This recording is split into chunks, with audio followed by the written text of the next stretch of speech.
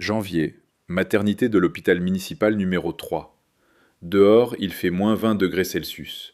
Les cheminées fument, la neige atteint les genoux. Dans le pays, des élections, un défaut de paiement à l'horizon. À la télévision, on promet un avenir radieux. Personne n'y croit. Tu nais dans une famille où l'on ne croit pas non plus à cet avenir radieux. Mais on croit au travail. Ton père est électricien dans une usine, ta mère est pâtissière dans une usine de confiserie. Ils se sont rencontrés à l'arrêt de bus. 2 ans plus tard, mariage. 3 ans plus tard, tue. Tout suit un planning. Tout est comme chez les gens ordinaires. Ils vivent dans un studio au premier étage d'un immeuble en panneaux de 5 étages. 32 mètres carrés, salle de bain et toilettes réunies, fenêtres donnant sur la cour. Comme perspective, survivre jusqu'à la retraite et ne pas devenir alcoolique. Ton père travaille à plein régime, poste principal et petit boulot le soir. Il répare le câblage dans les appartements. Les mains couvertes de corps, le dos douloureux, les genoux craquent. Il a 30 ans, mais a l'air d'en avoir 45.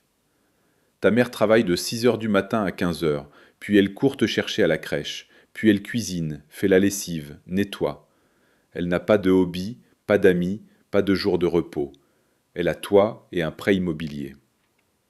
Conditions de départ, année de naissance, 1996. Ville, chef-lieu régional, population de 400 000 habitants, famille complète, classe ouvrière. Logement, studio, prêt immobilier. Principe familial principal, sans diplôme, rien n'est possible. Tu as 3 ans.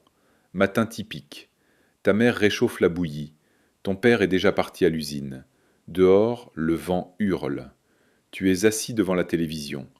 La télévision est ta nourrice, ton meilleur ami, ta fenêtre sur le monde. Dessins animés, publicités, encore des dessins animés, encore des publicités.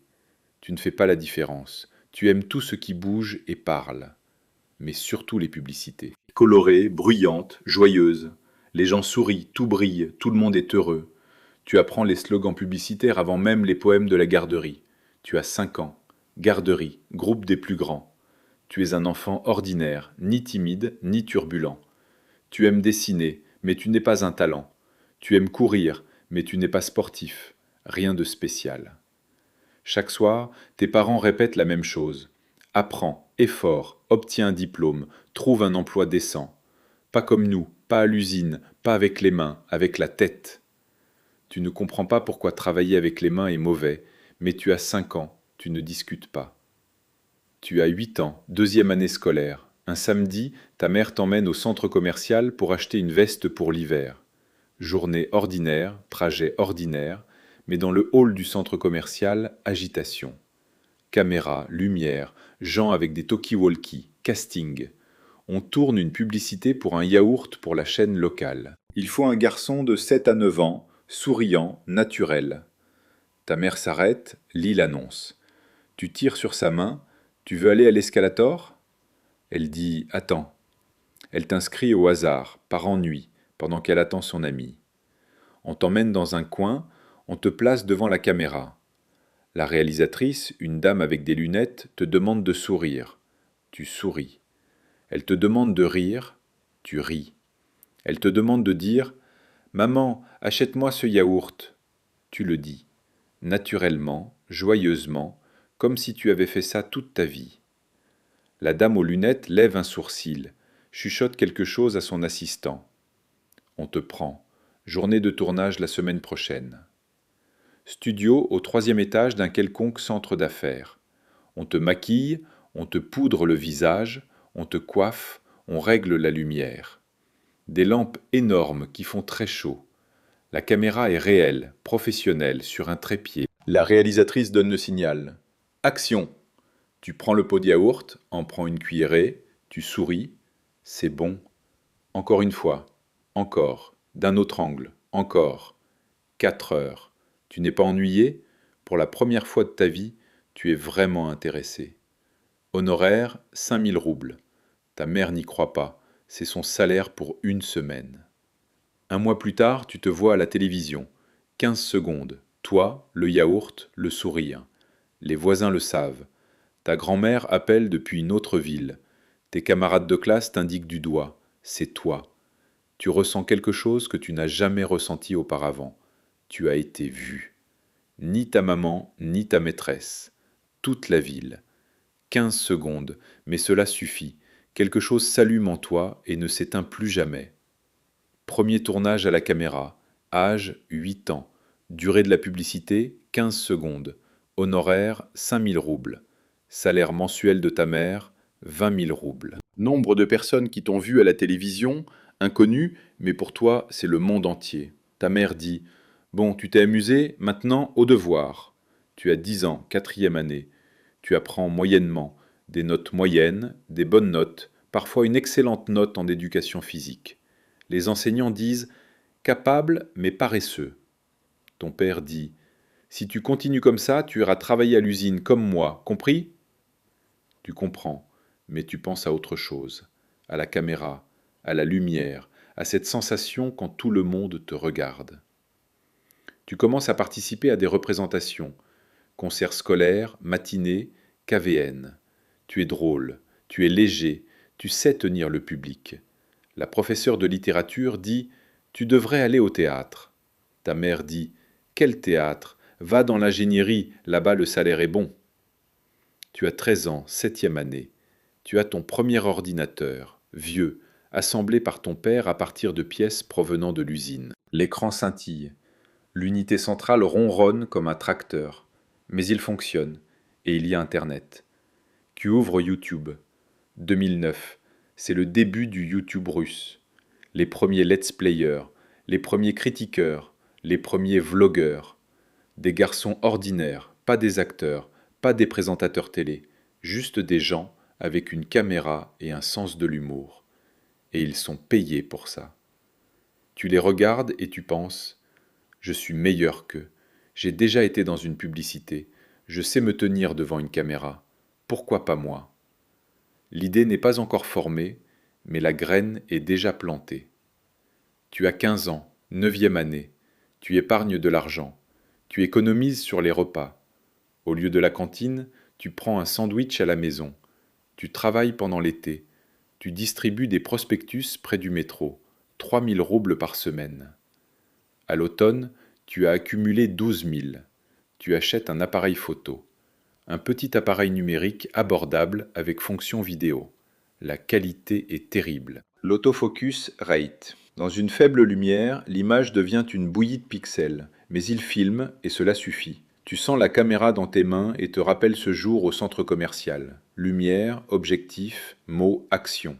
Seulement maintenant, tu es ton propre réalisateur. Premier vidéo. Tu es assis dans ta chambre, derrière toi, un tapis sur le mur et une étagère avec des manuels. Tu dis quelque chose de drôle devant la caméra, une parodie du professeur de physique. Tu montes sur l'ordinateur avec un logiciel gratuit, maladroitement, avec des coupes saccadées, avec le son du microphone intégré. Tu publies sur YouTube, 93 vues. 60 d'entre elles, ce sont toi depuis différents appareils. Tu ne te décourages pas, tu tournes une 2e vidéo, une 3e, une 5e, chaque semaine. Tes parents ne comprennent pas ce que tu murmures devant cette caméra. Ton père dit « tu ferais mieux de faire tes devoirs ». Ta mère soupire. Tu ne lâches rien. Chaque soir après l'école, tournage, montage, publication. Les vues augmentent lentement. 100, 200, 500 abonnés, 300. Ce n'est rien, mais ce sont tes 300. Tu as 16 ans, 10e année. Tu tournes une vidéo qui devient virale, un challenge, format à la mode. Tu as deviné la vague. 200 000 vues en 10 jours. Les abonnés augmentent, 1000, 5000, 15 000. Tu ne dors pas la nuit, tu actualises des statistiques toutes les 10 minutes. Première intégration publicitaire, un magasin d'électronique de ta ville. 8000 roubles pour une mention dans la vidéo. 8000 roubles pour 30 secondes de ton temps. Ton père gagne 8000 roubles en une semaine. Tu les gagnes pour une seule phrase. Tu ne le dis pas à tes parents, pas encore. Tu as 17 ans, 11e année, ta chaîne grandit. 100 000 abonnés. Le bouton argent de YouTube arrive par la poste. Tu l'ouvres dans ta chambre, tu le filmes, tu pleures. Ta mère entre. Qu'est-ce que tu expliques ? Elle ne comprend pas, mais voit que tu es heureux et sourit. Contenu, vlog, sketch, challenge, critique, tout ce qui rapporte des vues. Tu apprends les algorithmes, intuitivement, par tâtonnement. Quel titre est plus cliquable? Quelle couverture attire? À quelle heure publier? Revenu, 50 000 roubles par mois. Ta mère gagne 25 000 dans l'usine, ton père à l'usine, 35 000. À 17 ans, tu gagnes plus que tes deux parents réunis. Tu achètes à ta mère un téléphone correct, neuf, pas acheté à la brocante. Elle ne comprend pas d'où vient l'argent. Tu expliques. Elle ne croit pas, puis croit, puis pleure. Ton père reste silencieux. Il ne comprend pas comment on peut gagner de l'argent en faisant des grimaces devant une caméra. Pour lui, l'argent, ce sont des corps. 8 heures à la machine. Ce que tu fais, ce n'est pas du travail, c'est du jeu, c'est temporaire. Ça va finir. Été, tu as 18 ans. Tu passes le EGE, tu le réussis tant bien que mal. Tu t'es préparé entre les tournages, le montage et les échanges avec les annonceurs? Les points suffisent pour une formation payante dans une université régionale. Quelque chose d'économique. Ta mère a choisi. Tes parents insistent. Inscris-toi. Un diplôme est une assurance. D'accord, que ce soit un hobby, mais un diplôme est nécessaire. Sans diplôme, rien n'est possible. Tu as 200 000 abonnés, un revenu de 80 000 roubles par mois, stable, croissant, avec des perspectives. À 18 ans, tu te retrouves face à un choix qui définira toute ta vie. Tu dis « Je ne vais pas m'inscrire ». Scandale véritable, bruyant, avec cris et portes claquées. Ton père hurle. J'ai travaillé 20 ans pour te permettre d'étudier, et toi tu vas faire des grimaces devant une caméra. Ta mère pleure. Que diront les gens? Tous les enfants sont comme les autres. Ils s'inscrivent, ils étudient. Et notre clown d'Internet? Tu restes debout et tu écoutes. Tu les aimes, mais tu sais qu'ils ont tort. Ils vivent dans un monde où le diplôme est une garantie. Tu vis dans un monde où le diplôme n'est qu'un bout de papier. Tu rassembles ton sac à dos. Caméra, ordinateur portable, 3 t-shirts, chargeur. Tu achètes un billet de train pour Moscou. Wagon de 3e classe, couchette du haut, thé dans un porte-verre. Ta mère te dit au revoir à la gare. Ton père n'est pas venu, il est blessé. Elle dit « Si besoin, reviens, nous t'accueillerons toujours ». Tu acquiesces, tu ne reviendras pas. Choix, chemin 1, diplôme, 5 ans d'études, dette pour les études, stage, emploi à 30 000 roubles. Chemin 2, blog, risque, incertitude, mais 80 000 roubles par mois dès maintenant.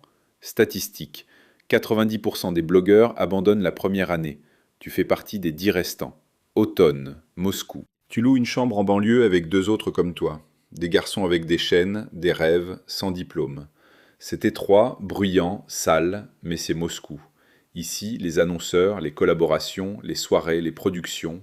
Ici, l'avenir. Tu tournes chaque jour, sans week-end, sans fête, sans congé maladie. Vlog, sketch, réaction, collaboration avec des